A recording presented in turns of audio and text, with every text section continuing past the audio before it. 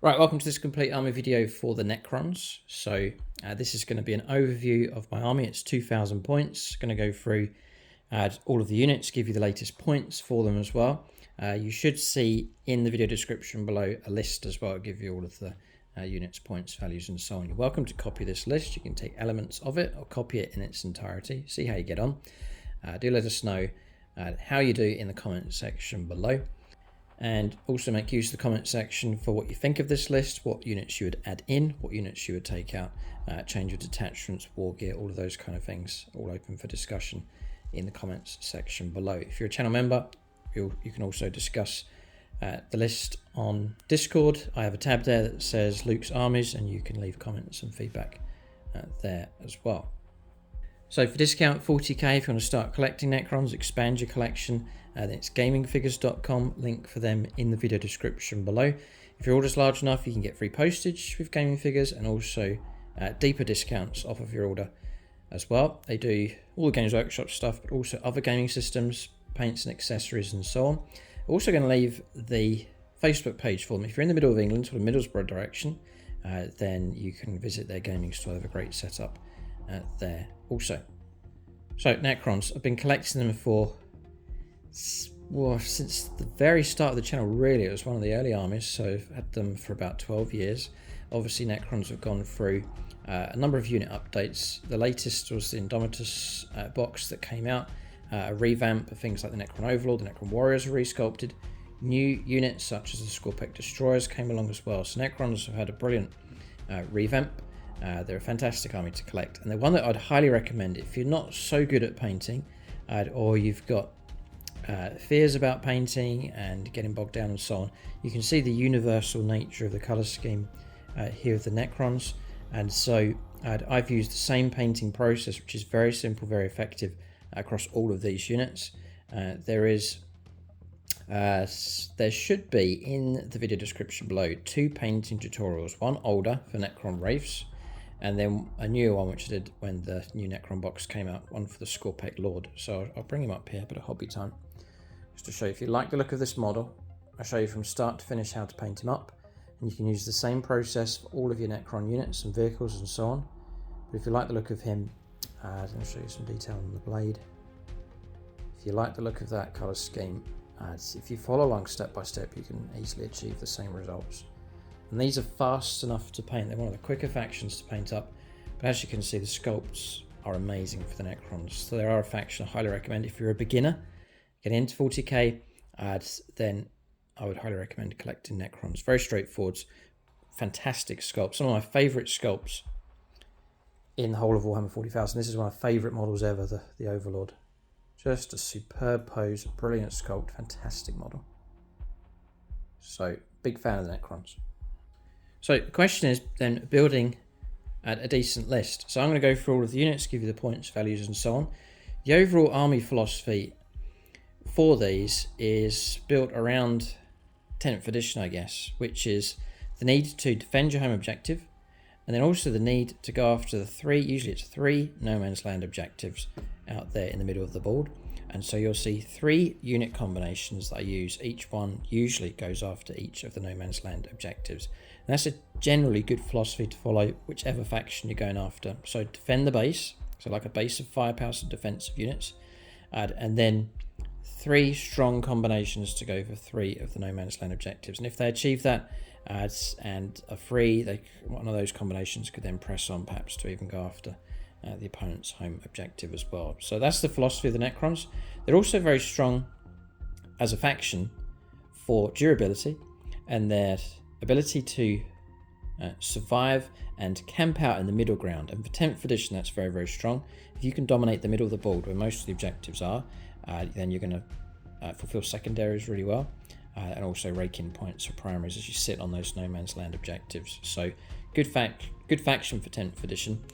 Getting onto those middle objectives, holding them, taking them, and then raking the points in. And the added bonus to the Necrons is as they reanimate and repair themselves and restore models, they can become, often happens, they can become stronger and stronger as the game goes on, whereas other factions start to burn out, casualties piling up, and they've got no way of restoring those models back on. Necrons, on the other hand, all of their units can self-repair and bring models back onto the table. So very big strength for them. So I think Necron's very suited to 10th edition.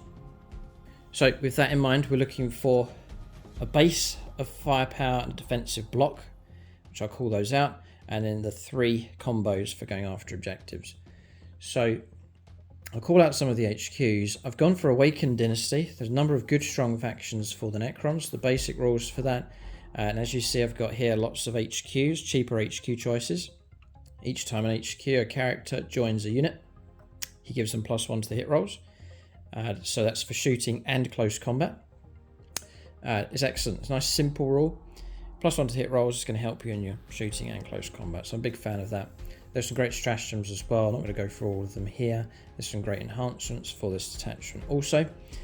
So for more information on that, do check out the detachments rated video, the units rated video, the codex reviews that I've done. That's just going to go through all the rules and all of the units to give you an idea. And then also for my favourite combinations that I use from this list, I've done a Necrons tactics video with my favourite combos in that. Roll up some dice and show you how they work. Go through all the tactics, deeper Tactica with them. And again, you're welcome to copy those combinations. So first up then is Necron Overlord. So he'd be the second in command. So I've called him Ramses. So there he is, taking the glaive. Just that. He comes in at 85 points, nice and cheap. He'll go with one of the Necron Warrior squads, a big block of 20. He's immediately going to give them +1 to hit rolls, so they're shooting, +1 to hit rolls in close combat, so they'll go from 4s to hit to 3s. They'll bodyguard him, so now he's really well protected. You've got to get through 20 models that can repair themselves and so on to get through to him. He's going to give them a bit of close combat ability. Buried inside that unit now got a model that will fight quite happily in close combat. So for him, I'm not going to go through all the rules. He does carry the Tachyon arrow as well, so you've got that 1 strength 16, -5 d6 +2 shot, a bit of a sting in the tail with him.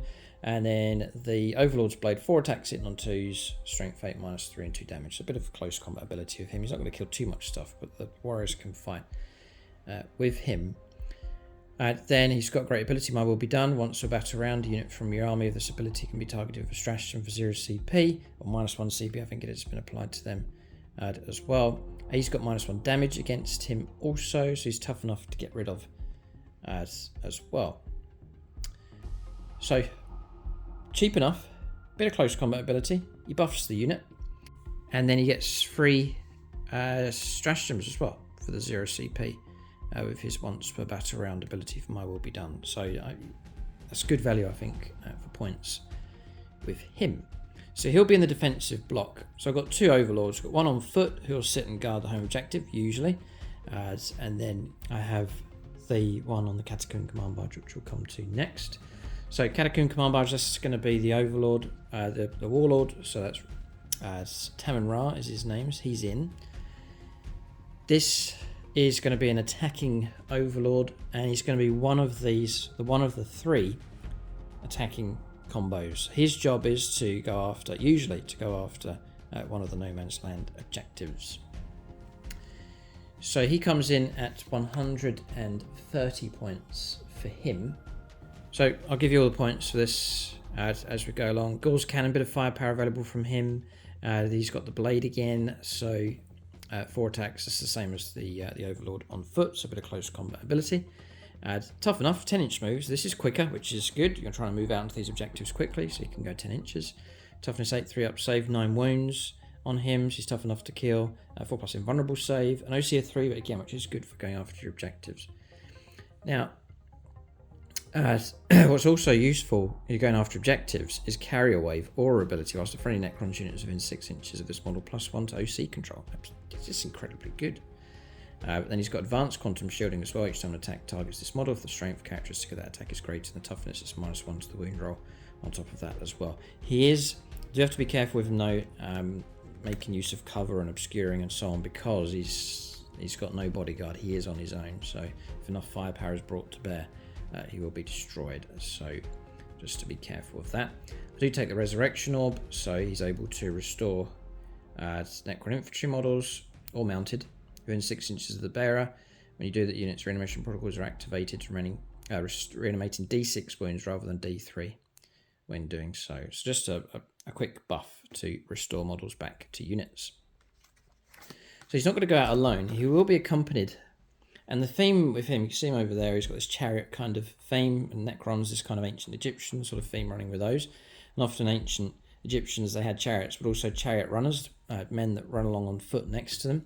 And so I'm sort of going along with that theme here by taking some of my favourite units, Triarch Praetorians, a squad of 10. Now, they are expensive. I think they'll be featured in the tactics video just to show you how to get the most out of those. So the Triarch Praetorians, they come in at 240 points. They are quite a points spend. That's a full squad of 10. Try and go for bigger units, because once unit's wiped out, it can't reanimate. If you can absorb damage and keep a unit alive by having more and more models in the unit, then it can survive, and then you can rebuild models and so on. So a squad of 5 is just not going to last too long, but a squad of 10 can absorb some nasty damage, and then stands a chance of surviving and then reanimating back on top. So if those, I do go for the particle casters, a bit of firepower, 3 shots each. So you're looking at like 30 shots from the unit. You've got devastating wounds built in. You can use them in combat as well, pistols. So fantastic, range 12. And then for melee, you then have to go for the Void Blade. It's 4 attacks each, 40 attacks for that unit. Strength 5, AP -2, 3s to hit. Now, their built-in rule is Relentless Competence, so you can reroll charge rolls made for this unit, built in, fantastic. Like aggressive type unit, imagine you're going after an objective. And it's eligible to declare a charge in a turn in which it fell back, so you've now got that dynamic ability to pull back and charge. Recharge a unit or charge, pull away and then charge something else. So they're excellent fighting units. They're jump infantry as well, 2 wounds each, 3 up save, toughness 5 and 10-inch move. So they will keep up with the chariot and hang around with him. So, whilst we're looking at that combos, this is one of the combos to go after objectives there over in that corner. To help everybody out, the Catacomb Command 130 points, but also take 35 points to take the Phasal Subjugator. Quite straightforward.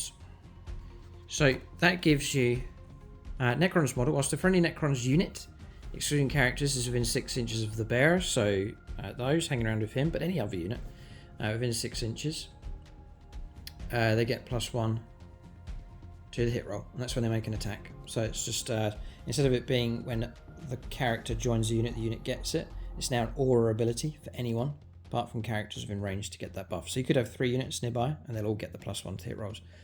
So, expensive enhancement, but really worth it. 35 points to give multiple units +1 to hit rolls for shooting and combat. It's an absolute bargain. So now you're looking at, for example, the Triarch Praetorians having +1 to their shooting and close combat. So 2s to hit for shooting, 2s to hit in close combat, thanks to Tam and Ra. You can also help out units such as the Lokhust Heavy Destroyers over there. +1 to the hit rolls for shooting is excellent. So he's got multiple uses. Usually he's with them and he's going after a no man's land objective, maybe swinging around on a flank perhaps, is the option with him. So that's the first combination. We haven't really built up the defensive block yet, but sort of going through in the order I have on the list. So next up, we'll actually build up the second block to go after an objective. This block's slower, but it's crunchier in close combat, and that is the Skorpekh Lord and Skorpekh Destroyers. They are underrated and a lot of people not so keen on them. I think they're excellent if used correctly. So Skorpekh Lord, first of all, 80 points is cheap. Then the Skorpekh Destroyers, those come in at 180 points. Actually quite cheap for what you get. Squad of 6, you get 2 plasma sights. I've only got 1 painted up, but you actually get 2 plasma sights in the list. So for those, let's bring their cards up here. The Skorpekh Destroyers, first of all, just the base unit, 6 of them. They move 8, so for infantry, they are quick enough. 8 inches is fast enough. But if you're going to try and run them up the board, it's going to take multiple turns to make any kind of progress. So they're a unit that you can use aggressively, or a follow-up type unit that's going to push up later on to perhaps challenge an objective in the middle of the game. So that kind of approach with those. I think I'll be covering those in the tactics video as well. So it's something to show you a bit deeper in that episode. In close combat, that's the main aim, there's no shooting with them. They're 3 wounds each, by the way, 3 up save, there's no invuln for those. They are OC2, so it's another unit that can thrive on hunting objectives. So the hyperphase weapons, they're all the same weapon now for 10th. 4 attacks each, so you're looking at 24 attacks for the unit, fantastic. If he joins them, they go to 2s to hit, so very, very reliable in close combat. Add 3s to hit or 2s, strength 7, so you're going to be wounding most infantry on 3s, most vehicles on 5s. So really it's heavy infantry killers, you know, they're built to kill Primaris. AP minus 2, so nice strong AP minus, and the great thing about them is they are damage 2. So I think they're excellent. If they can hit at full strength, they're great. And there's a few extra buffs for them. Whirling Onslaught, each time model in this unit makes an attack, reroll hit rolls of 1. If this model made a charge move this turn, you can reroll the hit roll instead. So now they're rerolling the hit rolls. So they could be 3s to hit rerolling or 2s to hit rerolling, so they're exceptionally reliable, and if they can strike at their full strength, full amount of attacks, then they're excellent. What makes them even better is if you're able to add in the Skorpekh Lord into the squad. So now he's bodyguarded, protected by 6 of those. It's a lot to try and get through to him. And in games, we've said that he's virtually a one-man army. With the Skorpekh Lord, you're looking at 7 wounds. Remember, all these models can restore wounds with reanimation protocols. Start of your command phase, D3 wounds added back on, restoring wounds or restoring whole models back onto squads.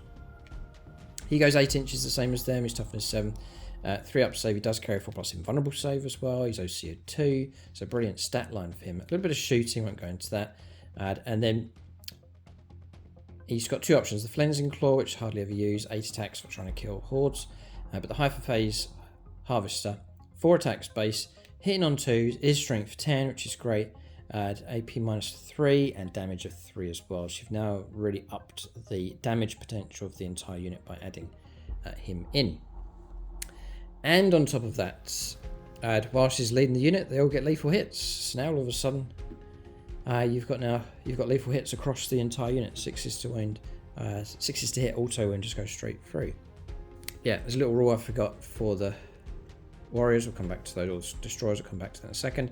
When he charges as well, on a 2 to 5, he causes D3 mortal wounds. On a 6, it's D3 plus 3. So he's got his own built-in mini tank shock. Like, it's pretty good. And then on top of that as well, these are built for combat. You've got plasma sights. You have 2 of them. Once for battle, for each plasma sight this unit has, when this unit is selected to fight, you can use this ability. If you do until the end of the phase, weapons get devastating wounds. Now your 6s to wound become devastating and just crack through armoured targets. So they are a medium heavy infantry killer squad. They've got decent OC control, decent enough durability, and a very strong, cheap HQ choice in amongst them as well. So I rate them very much indeed. They're at their worst when they're just running up the board and not getting anybody. That's when they do seem a waste. They get ambushed and taken out, which does happen.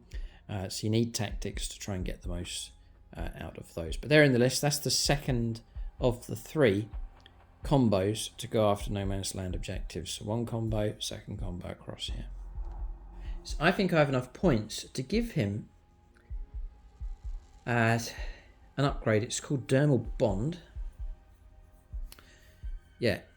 And it's Necrons model only. The bearer has a feel no pain of 4+. Now all of a sudden half the damage coming through is just going to deflect away with Dermal Bond as well. And then on top of that, I must point it out, it also has the ability, an infantry character, if they're slain, they automatically get back up for a CP with Protocol of the Eternal Revenant. So if he is killed, he can just get back up again. So this side, I love this combination. So that's those. And then I'm just working my way down the list. I have a Royal Warden. So he's very cheap, 40 points just here. Nice and cheap. I add him into the 2nd unit of Necron Warriors, and he is a character, so he's going to give him +1 to the hit rolls for shooting and close combat. So now both units are buffed. It hasn't cost me too much to do it. He lays down a little bit of extra firepower. Not really going to go into his rules. I think he's got an ability where he lets a unit fall back and still shoot. I think that's the ability, which is useful enough for the Necron Warriors. Talking about Necron Warriors, they are 200 points a squad. I've recently talked to Mike about this and saying that we're just going to run them as Gauls Flayers, 20 Gauls Flayers in each squad, or splitting them with Gauls Reapers. But I think the Flayers, because these are often designed to be holding back, to hold the home objective and so on, I just want the range, being able to kick out shots at longer range with them, and usually try and stay out of trouble. I don't think Necron Warriors are as good as they were in 9th edition. The firepower's not as good. Gore's Flare, it's got lethal hits, but the AP is low. And there's so much that can negate it now with cover and Armor of Contempt and so on. So I don't really expect Necron Warriors to be doing very much. Just the best situation for them is if they exist, if they survive on the board, camp out on objectives and so on. So for Necron Warriors, they're part of the defensive block. 2 squads of 20, because I want them to absorb damage and to flood objectives, to flood the home objective, and maybe 1 unit. Or 2, depending on how the game is going, whatever's happening, actually to push out onto no man's land objectives as well when it's safer to do so. Because you are OC2, so that's like OC of 40 in that unit, plus the character. Nice size unit. The idea is they can survive, absorb damage, then start reanimating and building themselves back up again, and just to live on the board and not expect them to do heroic stuff, to win games. To crush other units with firepower or close combat, but just to survive and to bulk out the army. It just gives you that nice phalanx. I do love large units in Necron Warriors. It's always a classic thing to do with the Necrons. That's them. So I've now got a defensive block, a big blob, lots of infantry, good OC control on the board. Then we'll go on to the third attacking combo, and that is Necron Wraiths. You can see them across there. And they are joined by an HQ. It's the Technomancer here. And again, he'll give them +1 to the hit rolls for shooting and close combat. So Necron Wraiths, they come in at 250 points. They are expensive. They're very, very durable. And they're made even better with the Cryptek. So we'll cover Wraiths first of all. I've now got a 10-inch move unit. So this is another fast unit, which is great for going after objectives. They're toughness 6, 3 up save. They've built in 4 up invulnerable save. They've got 4 wounds, which is very, very useful. There's a fair bit of AP or damage 3 stuff out there. And so 4 wounds is great. They too have OC control of 2 as well. So they're great for sitting on and going after objectives. They can shoot. They've got particle casters, 3 shots each, so you've got 18 shots coming from those, hitting on 4s, but they're hitting on 3s because they're joined by the character. And then in close combat, Vicious Claws, 4 attacks each, but again, 24 attacks, yeah. Hitting on 4s, hitting on 3s, thanks to Technomancer. Only AP -1, but damage 2, so they're good at chewing away, good at going after heavy infantry, and so on. The Wraith form, you can move over stuff and cause mortal wounds. It rarely happens. You have to really stretch quite well to get that, but there's ability to do that with those. The Technomancer, said already, is going to give them +1 to the hit rolls for shooting and combat, which is more than enough reason to take him. He's 85 points. He's reasonable enough. 4 wounds, not really going to go for his stat. He does jump 10, so he'll keep up with them. Bit of shooting with the Staff of Light, but nothing too significant. Useless in close combat. So really we're looking at his buffs here. So Rites of Reanimation. Whilst he's leading the unit, they get Feel No Pain. So now the Wraiths, which are tough enough to kill, 4 wounds each, Invuln save of 4+, it's up to 6, like really, really good. And now Feel No Pain, that really disrupts damage coming through. Because now you've got things like damage 2 weapons, which can start bringing Wraiths down, but that'll be disrupted by the 5+ Feel No Pain. So it's an exceptionally good move. He is allowed to join them. You can join the following units: Canoptic Wraiths, Immortals, Necron Warriors. And then Technomancer, at the end of the movement phase, you can select one for any Necron's model within 6 inches of the bearer and restore D3 lost wounds. And that's on top of your reanimation protocols. So now he's going to help the unit repair itself on top of the usual reanimation protocols as well. So yeah, it's a very strong combo. Great for durability, quick, grinding in close combat, great OC control. So that makes up the third option for going after no man's land objectives. And it's kind of the situation where these combos can just look after themselves. They've got enough potency to go it alone to make a good go at going after these no man's land objectives. And all with the potency really to push deeper if they fulfill that, and to go after, go deeper into enemy territory, perhaps go after the no man's land objective, and then to follow up behind them, whichever way the game's going. I could stretch forward with a unit Necron Warriors to take their place off of a no man's land objective and free up a unit to relocate on the board. So I think I've given you all the points for those. There's no enhancements for him. It's 85 for the Technomancer, 250 for the Wraiths. The Warriors we've covered. I have dropped the Hexmark Destroyer just to free up points. There were some points changes with the Necrons. So now I've got a couple of supporting units. This is to support the overall army, to support my defense, and also to support my attack. So I've got my block defensive force and my 3 combos to go after no man's land objectives. That's the philosophy of the army. But to support them, a bit of extra firepower. Tomb Blades first of all. So squad of 6. This is a unit to lay down some medium range supporting fire defensively or on the attack, whatever. They can hang around with Tamra. They can gain his +1 to the hit rolls, which is great for their shooting. Tomb Blades, they're cheap enough, 150 points for a squad of 6. And they're okay. They've got some pretty good things going on with them. They're quite vulnerable, so have to be careful. They're OC2. It's crazy. They're so good with OC. 2 wins each, 4 up save, toughness 5. They've got 12-inch moves. They can move quickly around the board. I give them the particle beamers, which is built-in blast and devastating wounds. These are great for anti-light infantry. Great for trying to chip away wounds against any kind of target, including vehicles if you really need to. D6 shots each, that's 6d6 shots, plus blast if you're going after like horde type units. 3s to hit, so really that becomes 2s to hit if they're near Tamra. Add strength 5, AP 0, 1 damage. The AP is poor, but it's just the sheer volume of shots plus the built-in devastating wounds is great. Add close combat, forget about it, they're useless. And then you have to choose what you go for. Now, if you try and up their armor save from a 4+ to a 3+, it drops their movement down to 8, which is just it's too slow. And usually you can gain a 3+ save anyway from just getting behind cover. So don't usually go for that. So don't take shield veins. The other options then is you can go for the twin Tesla carbon, but I go for the particle beamer. And then any of the models can be equipped with one of the following. So Nebula Scope or Shadow Loom, you can choose either of those two.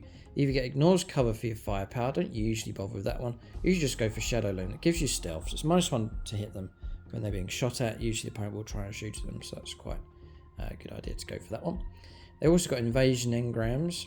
In the shooting phase, after this unit has shot, it can make a normal move up to 6 inches. Guaranteed move of 6 inches. If it does, you can't declare a charge. It's great for emerging, shooting, and then pulling away, but trying to pull yourself back out of range and so on with those. So dynamic little unit that can lay down a blanket of firepower. There'll be a Bane for horde type units, which is useful if the opponent's trying to screen more elite stuff. You can clear the screen out of the way to let your heavier hitting units in.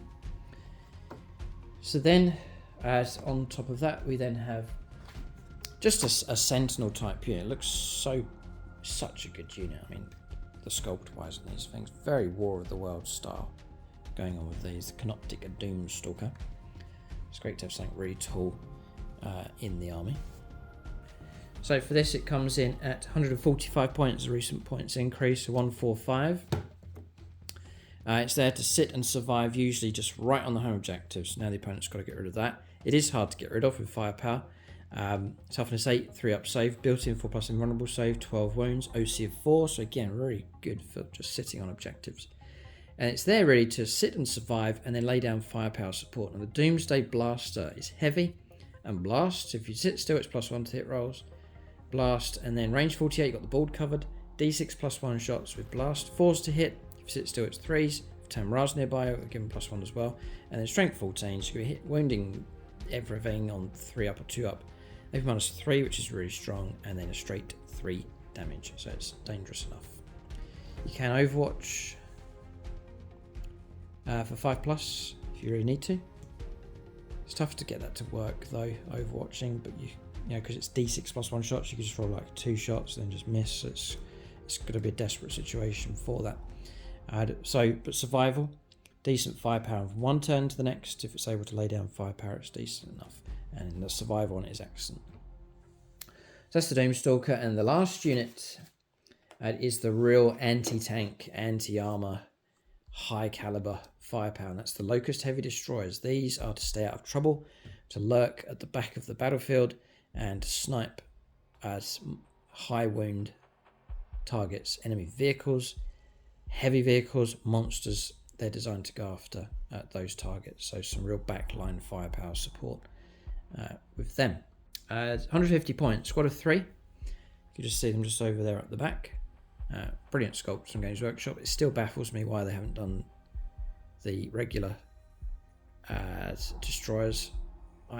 The regular Lokhust Destroyers, I don't know why they would just do the heavy ones and not resculpt the others. It is strange, but who knows? We'll hopefully see them in the future. So, Lokhust Heavy Destroyers for these, they're vulnerable enough is the downside. If they get caught in crossfire, they can go. And a squad of 3, which is the biggest you can take, the danger is they get wiped out. So these do need to be sheltered and preserved as much as possible. Ideally, line them up against one target and no one else can see them. It's the ideal situation. And they can just work on one target at a time. It's only 4 wounds each, 3 up save, no invulns. They've got to be careful with them. If you do take damage and they're not wiped out, obviously you can start restoring wounds and models. So I use the Ghoul's Destructor. So it is heavy if you sit still, +1 to hit rolls. Tamra, again, if he's near them, we'll give him +1. They've got built-in lethal hits as well. Range 48, again, you've got the board covered. They're only 1 shot each, so it's really have a command reroll on standby and really try and guide those shots in. If you hit 3+, maybe 2+, if you get those hits, you then come in at strength 14, so 3s to wound pretty much everything vehicle-wise. And then AP -4, which is superb. It really just cuts down the chances of the opponent trying to pass a save. And then the damage, it's no nonsense, straight up 6. So they are dangerous. Potentially 18 wounds coming from that unit with decent firepower in 1 turn. They got optimized for slaughter as well. Each time on this unit makes attack with a Nemetic Exterminator that targets a unit. Excluding, that's not that one, it's the other one. Each time model makes attack with a Ghoul's Destructor that targets monster or vehicle. That's what you're going after. You can reroll the wound roll of 1. So 3s to wound usually, rerolling 1. So it just adds to that and helps out. And again, still keep it like a command reroll on standby. Ready to help out trying to hit or trying to wound. But they are dangerous. The opponent will usually respect them. They've got a nasty sting and some much needed long range anti-tank firepower support from this army. So that's the list.